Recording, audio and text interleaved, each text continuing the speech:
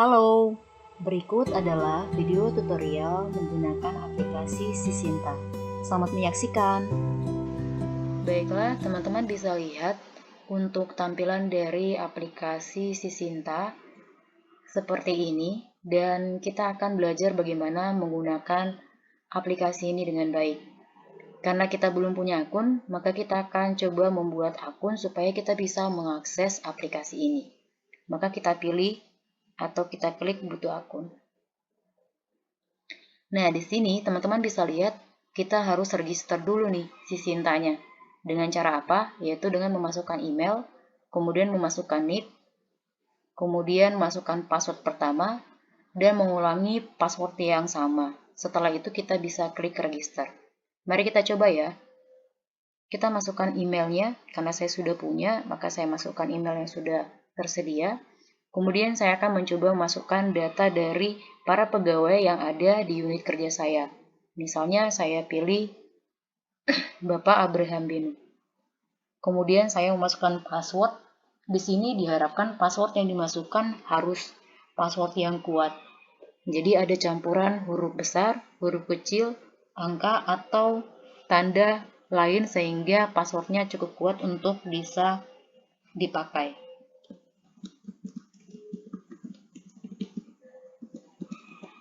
Kemudian ulangi kembali password yang sama. Dan kita coba register.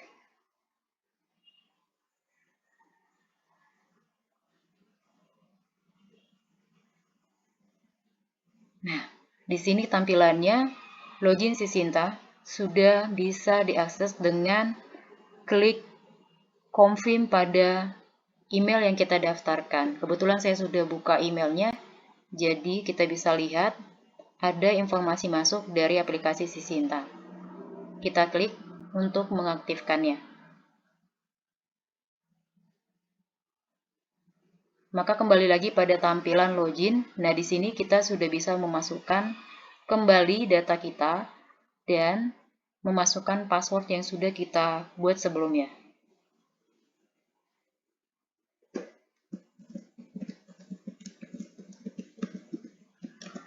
Jika ragu, kita bisa lihat passwordnya sudah benar atau tidak.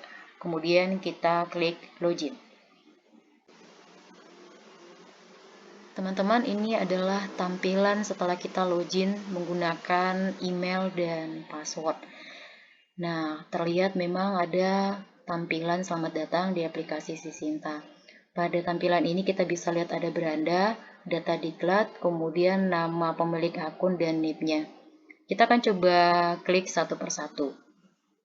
Kita klik beranda, maka yang muncul tampilannya adalah profil pegawai dan informasi umum.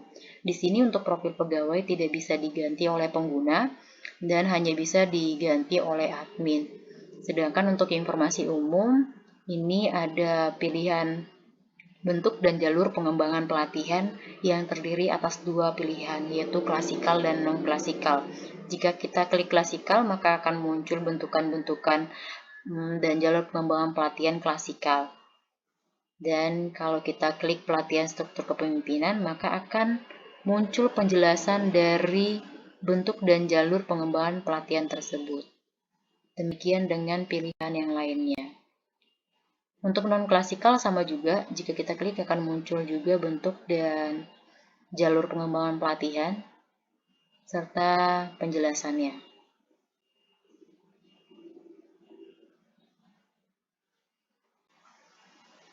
Baiklah, berikutnya kita akan klik data diklat. Maka tampilan yang muncul adalah pengelolaan diklat. Di sini teman-teman bisa menambahkan data diklat yang sudah pernah diikuti. Kita akan coba ya untuk menambahkan. Klik tambah data. Nah, akan muncul tampilan seperti yang ada pada saat ini. Jadi, teman-teman bisa lihat ya untuk data NIP nama itu sudah tidak bisa berubah karena memang ini akunnya hanya milik Pak Abraham Benu. Kemudian jenis diklatnya kita bisa pilih. Kali ini kita coba pilih sosialisasi. Kemudian kita isikan nama diklat yang diikuti, misalnya sosialisasi Sisinta. Kemudian kita masukkan nomor sertifikatnya. Lama diklat diikuti. Lanjut, tanggal mulai diklatnya tanggal berapa, kita pilih. Tanggal akhir diklat juga kita pilih. Kemudian tanggal sertifikatnya kita pilih. Nah, apabila ada angkatan diklat silakan diisi, tapi bisa juga dikosongkan. Kemudian institusinya kita pilih, dan keterangan apabila memang ada ingin ditambahkan informasi silakan diketikkan. Jangan lupa untuk mengupload file sertifikat yang mana bentuknya adalah PDF. Jadi kita bisa masukkan data file sertifikatnya dalam bentuk PDF maksimal 1 MB. Nah, teman-teman bisa klik simpan, dan apabila teman-teman ingin menggantikan data atau untuk mengubahnya tanpa harus menghapus satu persatu, teman-teman bisa klik button. Nah, otomatis informasi yang sudah kita ketik tadi terhapus. Jadi kita coba input lagi ya datanya. Isi lagi tanggalnya, tanggal berakhir, kemudian sertifikat didapat kapan, kemudian institusinya, dan kembali kita mengupload sertifikatnya. Oke, kita simpan. Maka akan muncul keterangan data berhasil ditambahkan dan terlihat pada tabel yang ada pada tampilan berikut. Di sini kita bisa lihat JP 2022, artinya jam pelatihan yang diikuti adalah 3 jam. Nah, teman-teman bisa klik dan akan terlihat tampilan yang baru terkait data sertifikat yang sudah teman-teman input. Nah, untuk bisa melihat detail, kita bisa klik detail. Jika ingin mengubah, kita klik ubah. Dan jika ingin menghapus, maka kita klik hapus. Dan kita juga bisa ekspor Excel untuk informasi data sertifikat yang sudah kita input. Kita akan coba satu persatu ya. Jika kita klik detail, maka tampilan yang muncul adalah seperti berikut. Jadi teman-teman bisa lihat secara detail untuk nama diklat, jenis diklat, nomor sertifikat, dan informasi lainnya secara detail. Dan teman-teman juga bisa unduh kembali sertifikatnya jika diperlukan. Kemudian jika kita ingin mengubah, kita klik saja ubah. Maka tampilan yang muncul adalah tampilan pada saat kita mengisi. Teman-teman bisa memilih kembali informasi apa yang ingin diubah atau ditambahkan. Kemudian untuk menghapus, jika memang informasi itu tidak dibutuhkan lagi, teman-teman bisa klik hapus, maka akan muncul informasi meyakinkan apakah data tersebut dihapus. Jika iya, klik OK, jika tidak, klik cancel. Dan teman-teman juga bisa mengekspor datanya dengan klik ekspor Excel. Nah, maka data akan tersimpan, kita bisa buka. Baiklah teman-teman, ini adalah hasil tampilan dari ekspor Excel milik Bapak Abraham Benu. Jadi kita bisa rapikan dulu supaya lebih enak untuk dilihat dan lebih mudah untuk membacanya.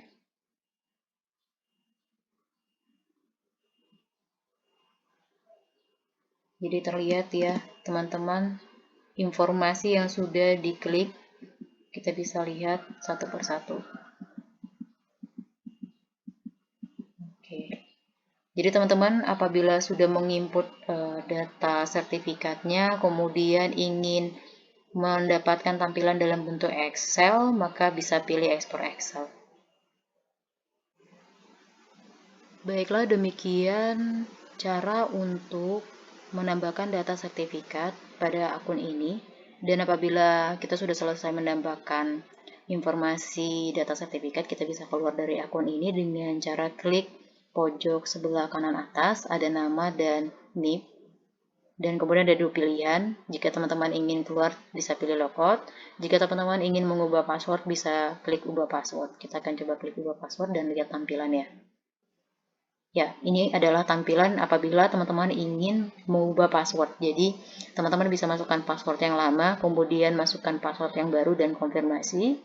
Kemudian klik simpan, maka otomatis teman-teman ketika login nanti di awal akan menggunakan password yang baru. Namun apabila teman-teman ingin memilih logout, maka yang muncul adalah tampilan kembali di awal, yaitu tampilan login Sisinta. Baiklah, berikutnya kita akan coba mengakses Sisinta dengan menggunakan akun admin. Di sini saya sudah memiliki akun admin, jadi kita akan coba masuk dan melihat perbedaan antara akun milik pengguna, dalam arti adalah pegawai, dengan akun yang dimiliki oleh admin. Kemudian saya akan masukkan passwordnya dan klik login. Nah, inilah tampilan dari akun milik admin. Tidak jauh berbeda dengan akun pengguna, hanya saja ada beberapa item yang bertambah, yaitu data pegawai dan manajemen user. Kita akan lihat satu persatu ya. Baiklah, untuk beranda, kita akan coba klik beranda, maka tampilannya sama. Akan ada ucapan selamat datang di aplikasi Sisinta, kemudian profil pegawai, dan informasi umum, bentuk dan jalur pengembangan pelatihan. Sama juga ya, jadi kalau kita klik masing-masing ini ada penjelasannya. Begitu juga yang non-klasikal.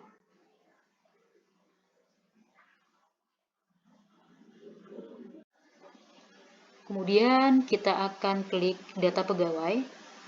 Pada data pegawai ini akan terlihat tampilan pengelolaan pegawai. Di sini terlihat ada beberapa nama yang sudah diinput ya. Jadi sudah ada 250 entrian data nama.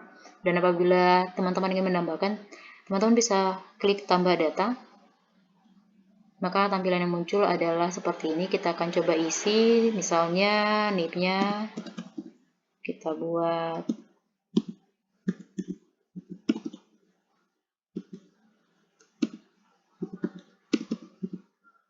seperti ini. Kemudian namanya kita buat Andin.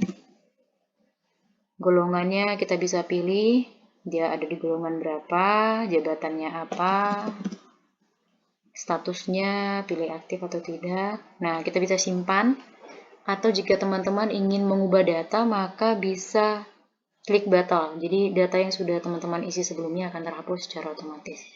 Ya, kita bisa coba isi ulang ya. Kita pilih Andi. Golongan.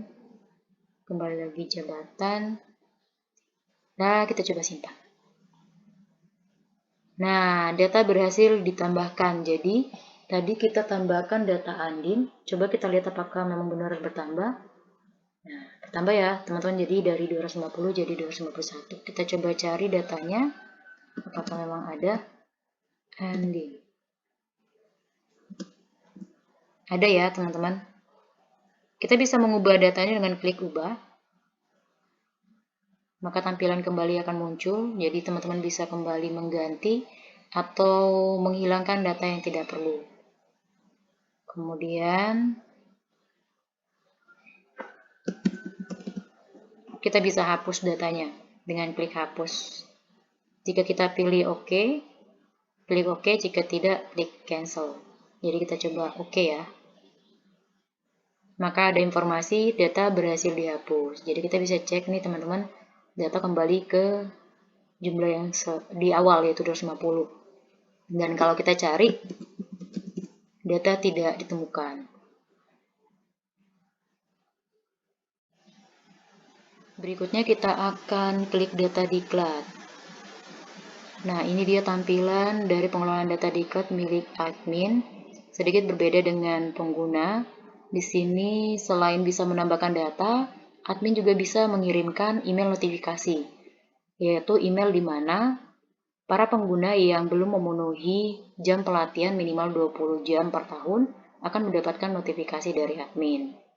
Kemudian ada pilih informasi diklat yang terdiri atas rekapitulasi, rincian diklat tahun 2022 dan 2021. Dan pada bagian paling bawah ada ekspor Excel. Sama dengan pengguna, jadi nanti data-data yang ada pada akun akan diekspor dalam bentuk Excel berdasarkan pilihan informasi diklatnya. Kita akan coba satu-satu ya. Untuk tambah data, kita bisa coba tambahkan data. milik Pak Abraham Benu tadi. Bebas mau yang lain juga boleh, cuma saya coba tambahkan di Bapak Abraham Benu saja. Kemudian kita pilih bimbingan teknis, misalnya nama diklatnya kita coba pilih bimbingan teknis info publik, kemudian masukkan nomor sertifikat, nama diklat, tanggal mulai diklat, jadi sama seperti yang sudah kita coba sebelumnya pada pengguna.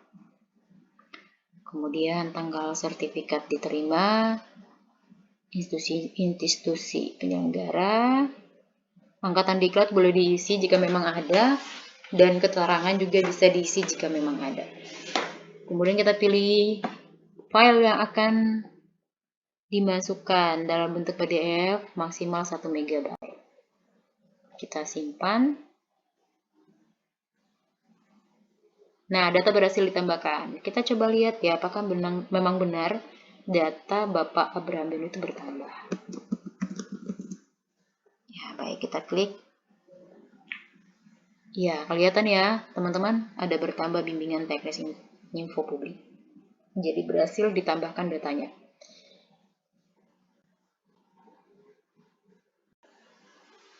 Berikutnya kita akan coba kirimkan ke email notifikasi dari pegawai yang sudah terinput. Nah, untuk kali ini kita akan coba cek punya Bapak Abraham Benu apakah benar ada informasi email notifikasi yang masuk. Karena kan Bapak Benu ini dia jam pelatihannya masih di bawah 20 jam pelatihan. Kita klik. Kita tunggu sampai dia berhasil mengirimkan email notifikasi ke pengguna daripada akun Sisinta.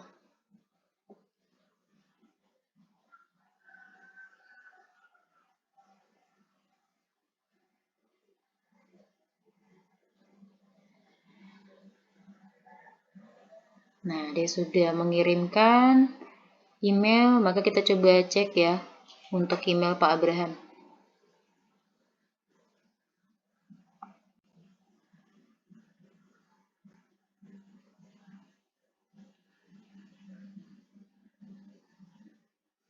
Nah, di sini kelihatan ya, teman-teman ada informasi dari aplikasi Sisinta.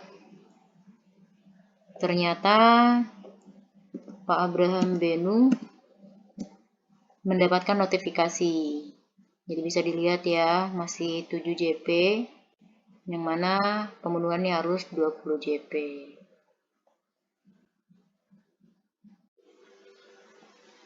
Baiklah, berikutnya kita bisa coba pilih informasi diklat. Di sini nanti akan berkaitan dengan ekspor Excel-nya.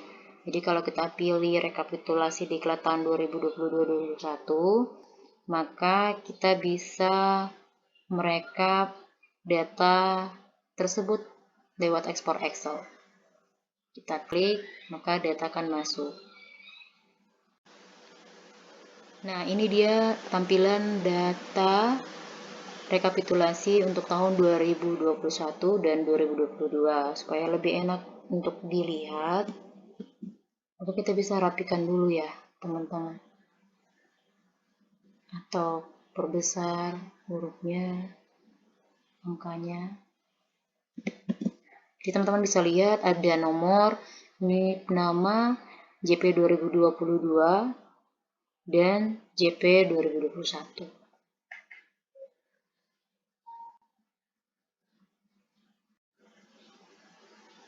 Kemudian kita akan coba klik rincian diklat tahun 2022.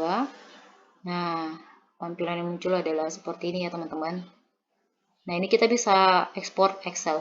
Kita akan coba ekspor. Terdownload. Maka tampilan yang muncul pada Excel adalah seperti ini teman-teman. Kita coba rapikan lagi ya, supaya lebih enak dan lebih mudah membacanya.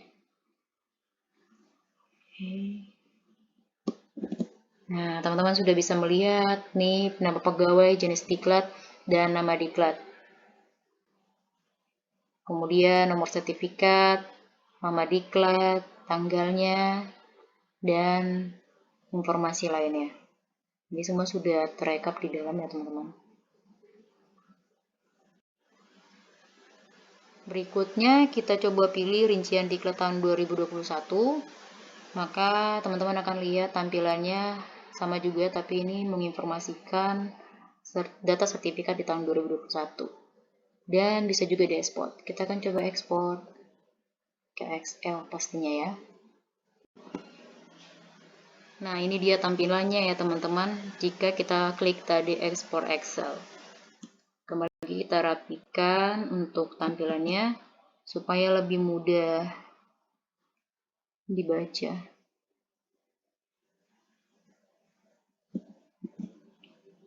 Nah, ini untuk yang tahun 2021.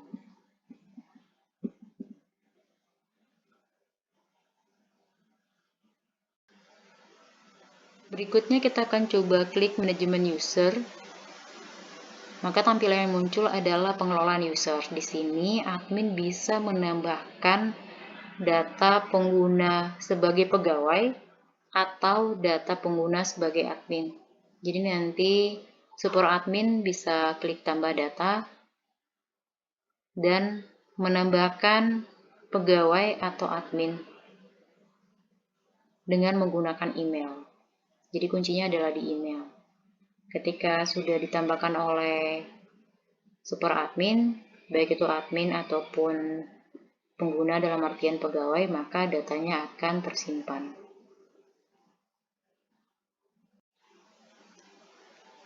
Super admin ataupun admin bisa melakukan reset password, yang mana nanti dia akan mereset dari password email, baik itu yang dipilih pegawai atau baik itu yang dipilih adalah admin. Maka dia akan muncul informasi password baru. Kemudian jika klik hapus, maka akan muncul pertanyaan yakin untuk menghapus data. Jika iya, maka klik OK. Jika tidak, pilih cancel. Baiklah teman-teman, demikian tutorial dari penggunaan Sisinta dengan menggunakan akun admin. Sama seperti pengguna pegawai, jika ingin keluar atau mengubah password, teman-teman bisa klik pojok kanan atas yang ada nama dan nick. Maka ada dua pilihan, yaitu ubah password dan logout. Jika ubah password, sama juga tampilannya seperti pengguna akun sebelumnya. Dan jika pilih logout, maka tampilannya kembali ke tampilan awal login. Demikianlah video tutorial menggunakan aplikasi Sisinta. Semoga bermanfaat ya. Terima kasih sudah menonton.